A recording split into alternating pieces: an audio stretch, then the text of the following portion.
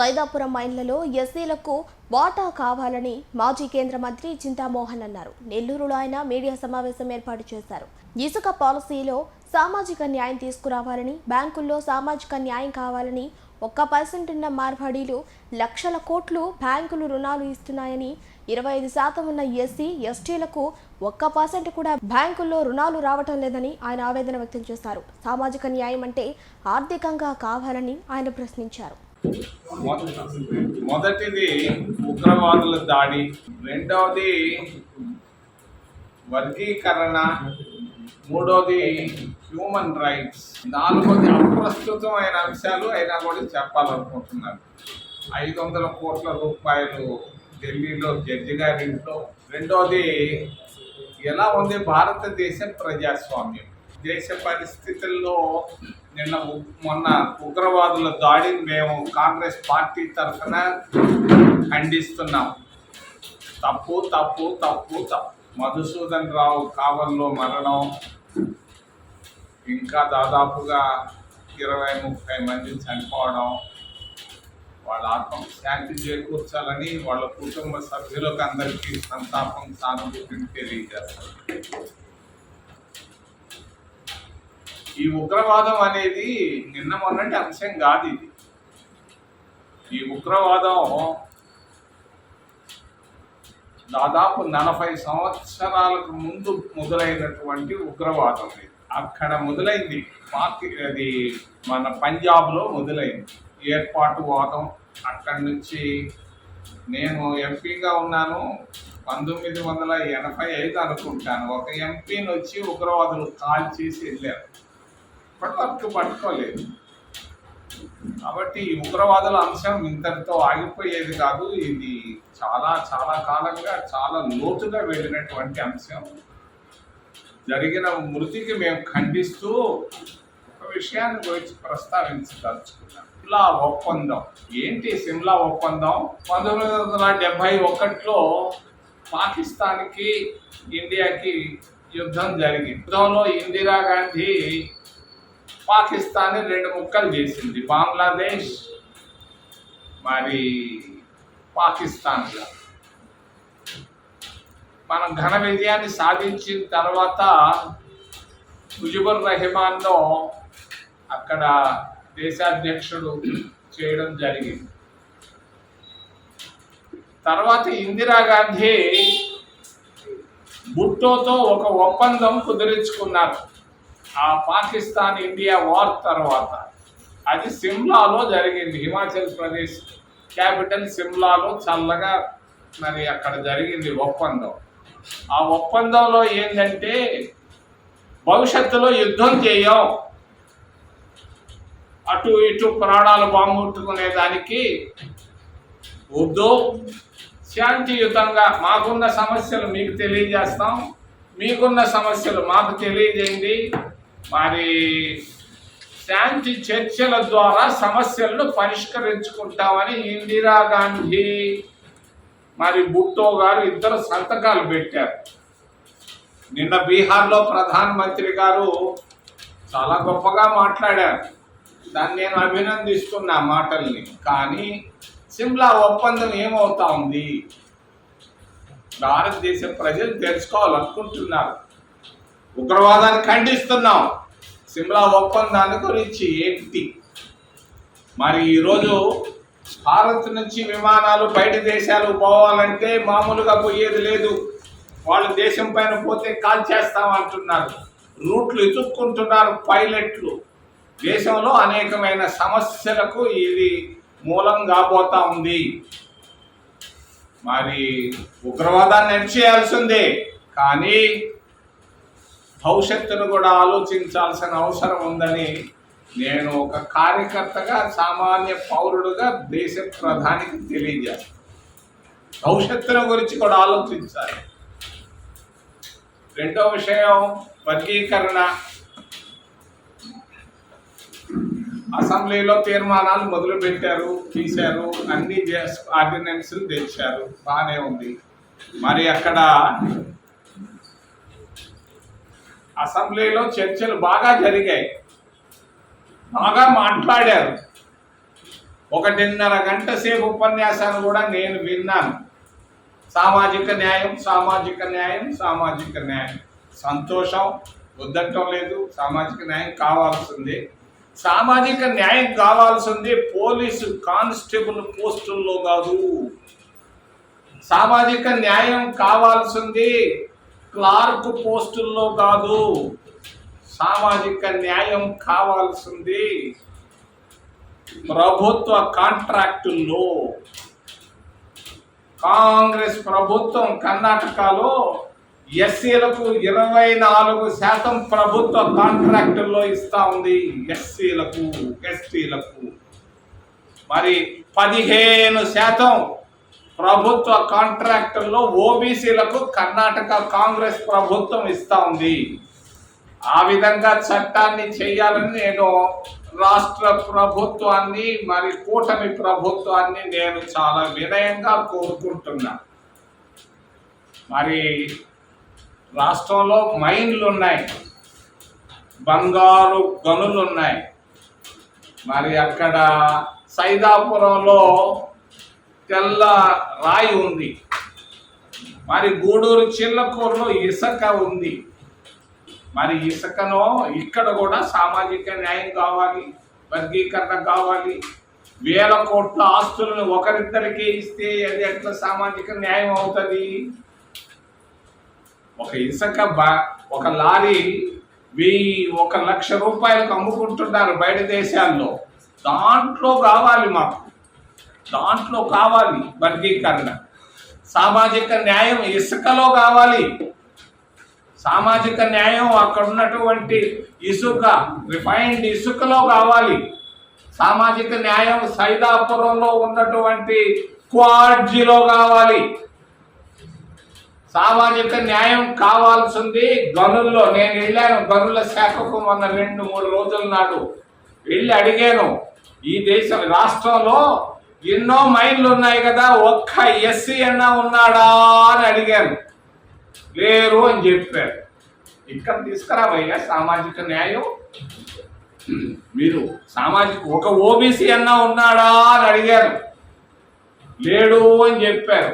మరి ఇక్కడ తీసుకోరాకుండా ప్రభుత్వ కాంట్రాక్టుల్లో, మైన్లలో కావాలి, బ్యాంకుల్లో కావాలి వర్గీకరణ. ఒక్క మార్వాడీలే తీసుకుంటున్నారు 50%, లక్షల కోట్ల డబ్బు ఎగ్గొడుతున్నారు కూడా వాళ్ళు. 1% ఉన్నటువంటి మార్వాడీలు లక్షల కోట్ల రూపాయలు 50% ఉన్నటువంటి బ్యాంకు రుణాలు తీసుకుంటున్నారు. మరి 25% ఉన్నటువంటి ఎస్సీలు, ఎస్టీలు వాళ్ళకు 1% లోపిస్తున్నారు. 50% ఉన్నటువంటి ఓబీసీలకు 2% బ్యాంకు రుణాలు ఇస్తున్నారు. ఈడ తీసుకురా సామాజిక న్యాయం, వర్గీకరణ ఇక్కడ కావాలని మరి రాష్ట్ర ప్రభుత్వాన్ని నేను వినయంగా విన్నవిస్తూ, 3వ విషయం హ్యూమన్ రైట్స్. అబ్బా, మీకు ఫోటోలు లేవు కానీ నా దగ్గర ఉన్నాయి ఫోటోలు. భద్రాచలం, అరకు ప్రాంతాల్లో 3 వారాల క్రితం సద్యన్నం తింటున్నారు చిన్న బిడ్డలు, 30 ఏళ్ల వయసులో చిన్న బిడ్డలు, ఎస్సీ ఎస్టీ బిడ్డలు అడవిలో కూర్చొని తింటున్నారు. టప టప టప టప కుక్కల్ని, పక్షుల్ని, కొంగల్ని, కోతులు కాల్చినట్టు కాల్చేశారు. 70 మంది కాల్చేసి ఏం చేశారు? ట్రాక్టర్కి వేశారు శవాల్ని.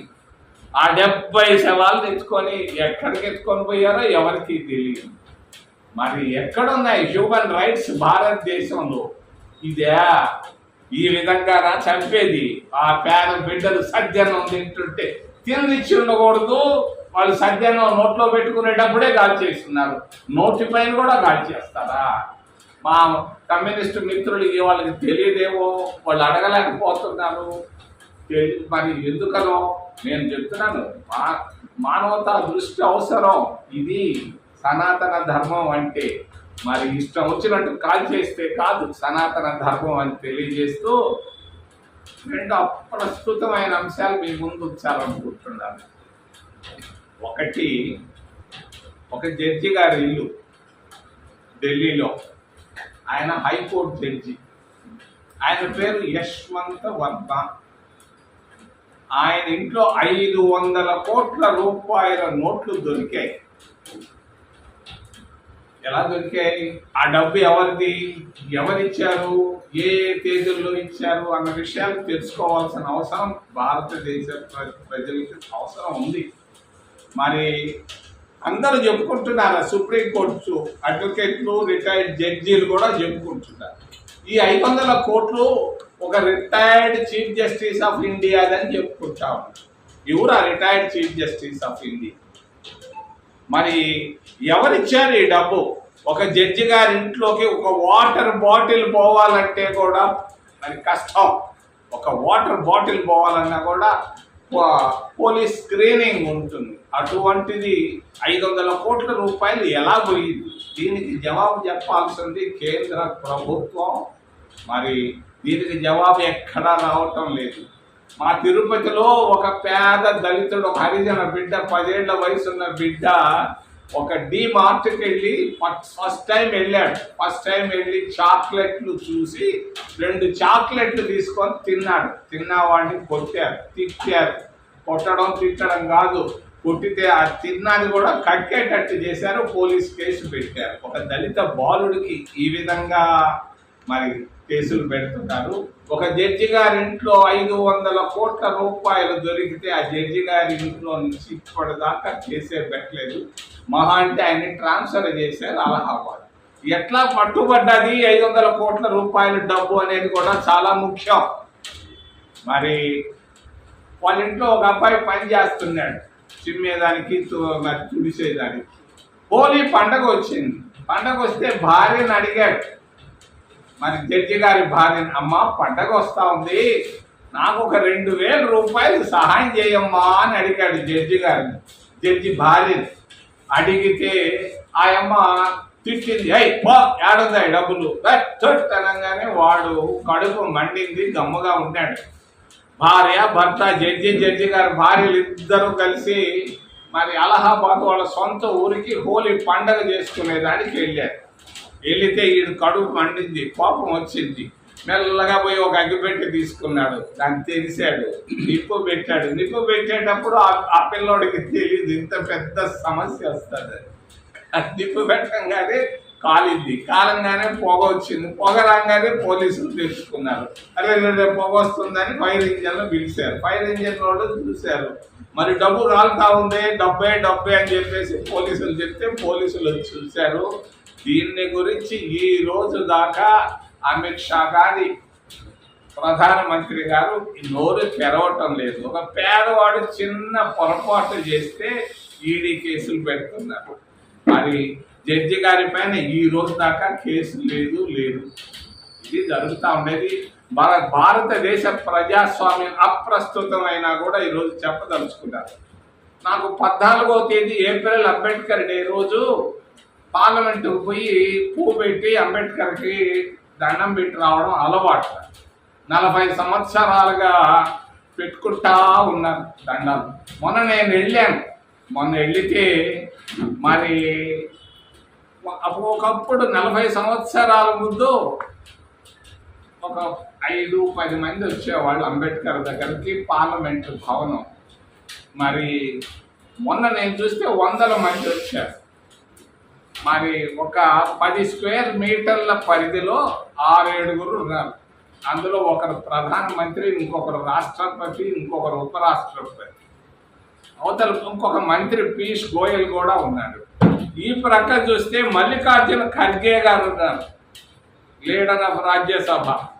మరి ఇంకో ఆ పక్కనే చూస్తే రాహుల్ గాంధీ ఉన్నాడు, లీడర్ ఆఫ్ లోక్సభ. సోనియా గాంధీ, నేను ఉన్నాం. అంతా కలిపి 8 మంది ఇంత స్థలంలో ఉన్నాం అంబేద్కర్ స్టాచ్యూ ముందు.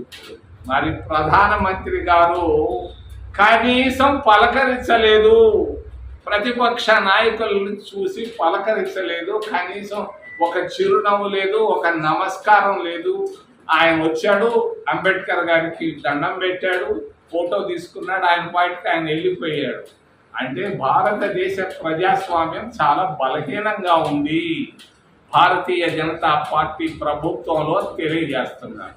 ఒకప్పుడు వాజ్పేయి ప్రధానమంత్రిగా ఉన్నప్పుడు నేను చూశాను, వాజ్పేయి గారు వచ్చినప్పుడు ఆయన హాయ్ హాయ్ హాయ్ కైసా హాయ్ ఠీక్ హై ఓ హై ఏ హై అని అందరికీ దండం పెట్టి నమస్కారాలు పెట్టి దవిపోయేవాడు. కానీ ఇప్పుడున్నటువంటి ప్రధానమంత్రి గారు కనీసం ప్రతిపక్ష నాయకులకి ఇవ్వాల్సినటువంటి గౌరవం ఇవ్వకుండా మరి వెళ్ళడం అనేది మరి చాలా చాలా బాధేసింది. ఇది భారతదేశం ప్రజాస్వామ్యం.